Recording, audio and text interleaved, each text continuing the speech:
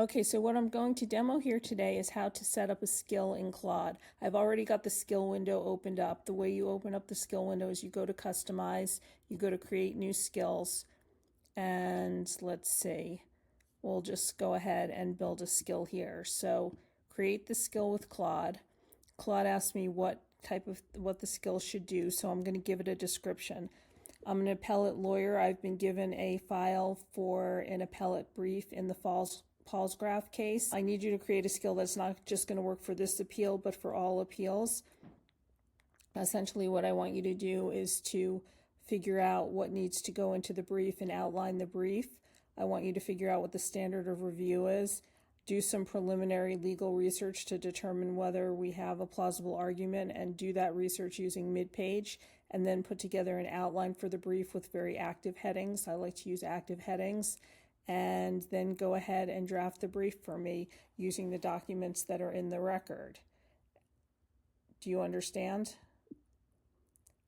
And let's see what it comes back with. Now it's asking me a bunch of questions, and I will go ahead and answer those questions. So the court that I practice in, is usually federal court, but for this case it's the New York State Appellate Courts. Preferred brief structure. I need to conform it to whatever structure is required for a New York appellate brief since I don't do them that much. Absolutely Blue Book citation format. Will the record come as upload PDF? In this case, the record is actually going to be a series of markdown files, and there will be 2 video files. I don't know if you can review the video files, but they're also transcribed in markdown. The skill should cite to the record. You'll maybe need to compile the record.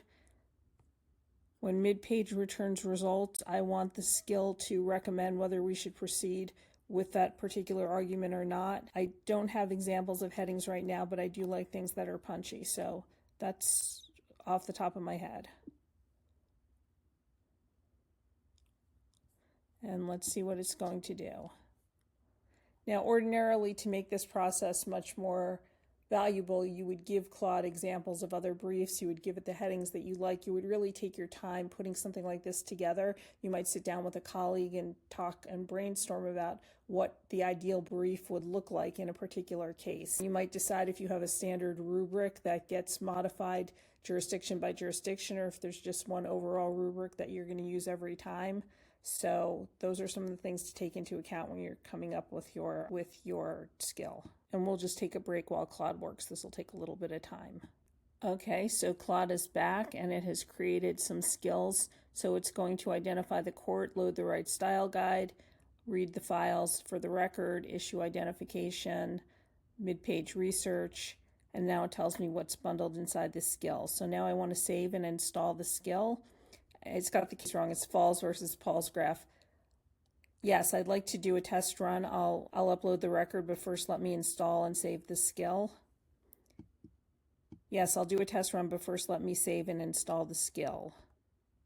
And you can see here, over here on this side, you can see what the skill is, so you can actually read the instructions that it extracted from those other documents and materials that I shared. Yes, I didn't share those documents yet, so now I'm going to go ahead and share some New York specific files and see if this gives it any additional context. So now I just remembered that I had some additional context from Perplexity that I want to share, so I'm going to go to Claude and say, before you finalize the skill, I have some additional context. Please review it and see if this will make a difference in your preparation of the skill.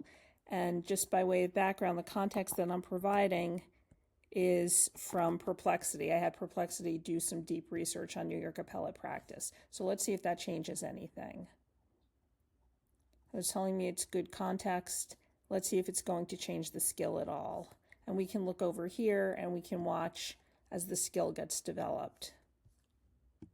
So now it's telling me some of the corrections that it made. It had apparently made some changes. It didn't have the correct word limits, and of course these are things, if you were developing a skill, you would actually know what the word limits were, so you would be able to instruct it. Again, I'm just flying blind using this as a hypothetical because I wanted to use the Paul's graph case, that old chestnut of a torts case, so That's why I'm doing it this way. But ordinarily you would know what your regulations are and you would update accordingly. And that's the other reminder, when you have skills in place, you've got to update them, or you can actually add an instruction to have the skill update itself or check every time. So maybe I'll add that as a caveat to the skill. So I'm going to say, Claude, there's one more thing. As you know, regulations can change all the time, as can word counts and other limits. I will always check the rules and verify, but can you do a first cut? Before you run the skill, can you go out on the web and check to see if there have been any obvious updates to the regs and notify me? Let's see what it does to that. So I don't know if you can see this, but it is going out to do a review. Claude is trying to navigate the site. It's not having much luck, so let me say, if you can't find the page, you can skip this instruction for now. Seems to be having some issues there. Again, it's asking me if it can go out. I'm going to give it permission to navigate. I'm going to allow this action. I don't know if this is showing up, if you can see it going out. It's not able to find the pages. It's very annoying. Apparently, Claude was trying to access case text, which has now been overtaken by Westlaw, so it can't access it. So I'm going to tell it not to bother looking. It did a little bit of a check, and now it's making a recommendation. It says rather than fully automated web check, I'll do a prompted manual search verification, and we can do that going forward. We're not going to proceed. So now I'm going to ask it to, is the next step to proceed with creating the skill, or have you created it?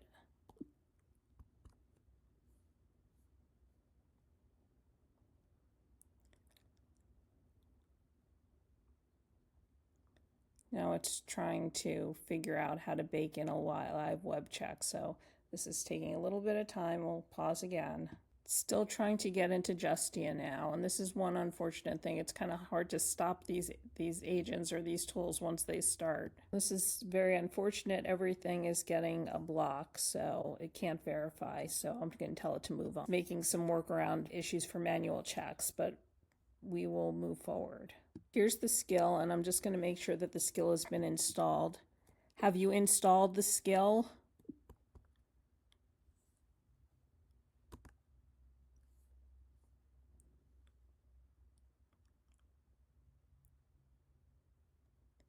Okay, and it explains to me how to do it. So I'm going to go ahead. I'm going to download the skill.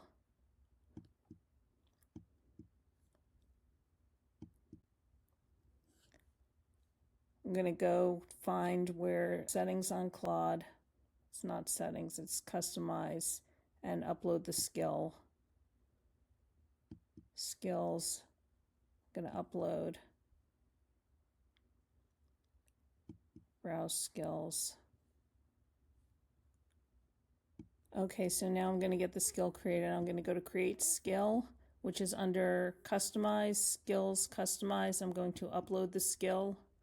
And let me go ahead and go in and just drag and drop it. So I just installed it. Here's the Appellate brief skill. Let's take a look at it. Here's everything that it put together.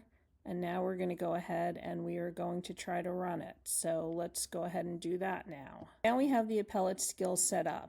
So what we're going to do is, I've got the Appellate file in Google Drive. So let's see if we can get Claude to access it. The Appellate folder is in Google Drive for Paul's graph. Can you access it, or do you want to access it from my local drive?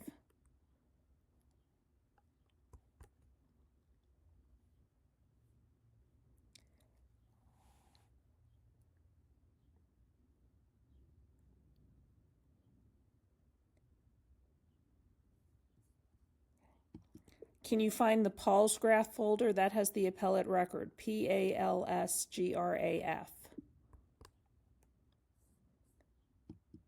Let's see if it can find it in my folder. And this is one of the benefits of working with CoWork, is it doesn't have to go to an external folder. It can just pull it right off my machine. It would like use CoWork in the folder, so it's going to give me an option to choose the folder. I'm just going to turn this off while I... Okay, I'm going to choose the folder. It's going right in. Here's all of the documents in it. Let me open it up.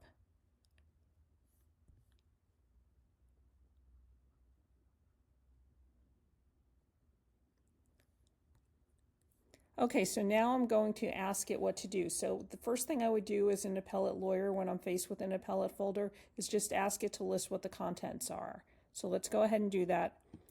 List the contents of the folders and what documents you have available. I said list the contents of each of what the folders contain. Let's start there.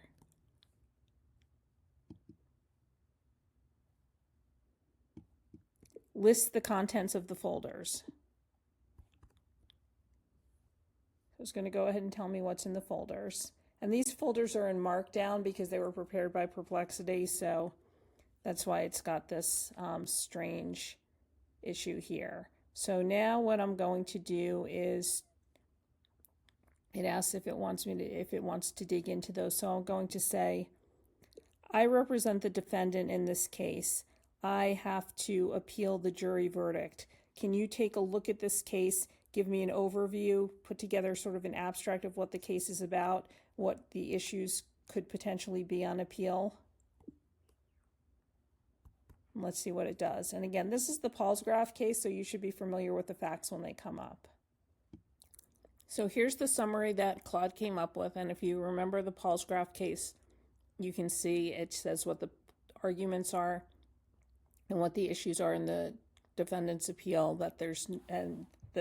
Now if you remember in Palsgraf, the jury ruled in favor of Mrs. Palsgraf, and the intermediary level appellate court upheld that, and it wasn't reversed until it went up to the New York Court of Appeals by Judge Cardoza. So here it's saying what some of the potential arguments should be. Preservation gaps to close the issue. So I think before I do this, let me first ask it to create a timeline. Can you first create a summary timeline of all of the events in the case, and then we'll move forward? I just want to have that in front of me so we can see how it creates a timeline. Okay, and here's the timeline that it's giving us from those different folders. So now let's just let's ask it to go ahead and start drafting the brief. Based on your appellate skills, what steps do you need to take now so that you can move forward with drafting the brief? What skills do you need to move forward with now so you can go ahead and draft the brief?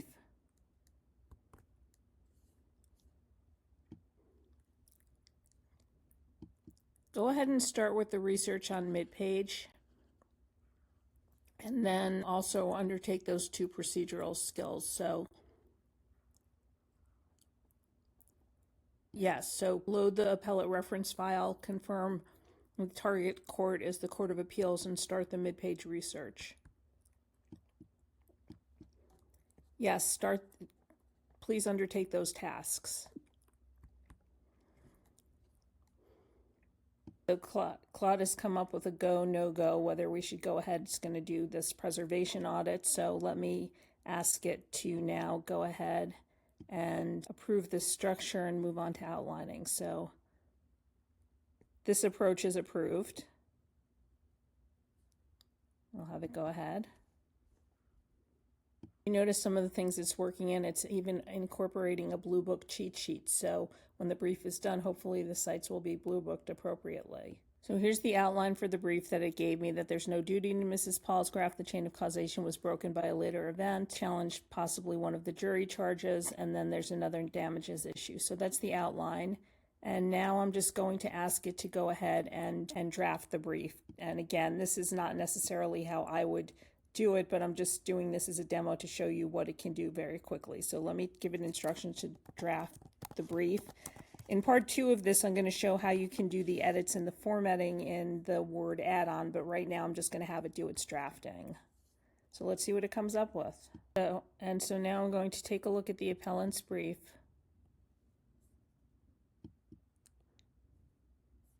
Let's try to load it again. Take a look at it here. I can't open the file. That doesn't mean the brief isn't there. I'm just going to have to download it and look at it in Word. So we're in luck. Here's the brief. So you can see it here. It's even did the table of contents. It appears to have done a table of authorities too. All of these cases are from the 1800s. It didn't really update the cases. I guess it assumed that we were doing it at the time that the appeal was filed, so it took that to heart. There's a preliminary statement of the case. So we're going to move this into Word, but anyway, that's the research, that's the brief, and that's what it took. And again, it's got the caveats that you've got to read the cases, you have to check the briefs. The skill is going to be more valuable if you actually have expertise behind it, but that's the process. And in part 2, I'll show you how we can use the Word add-on to do further brief edits. Hope this was helpful.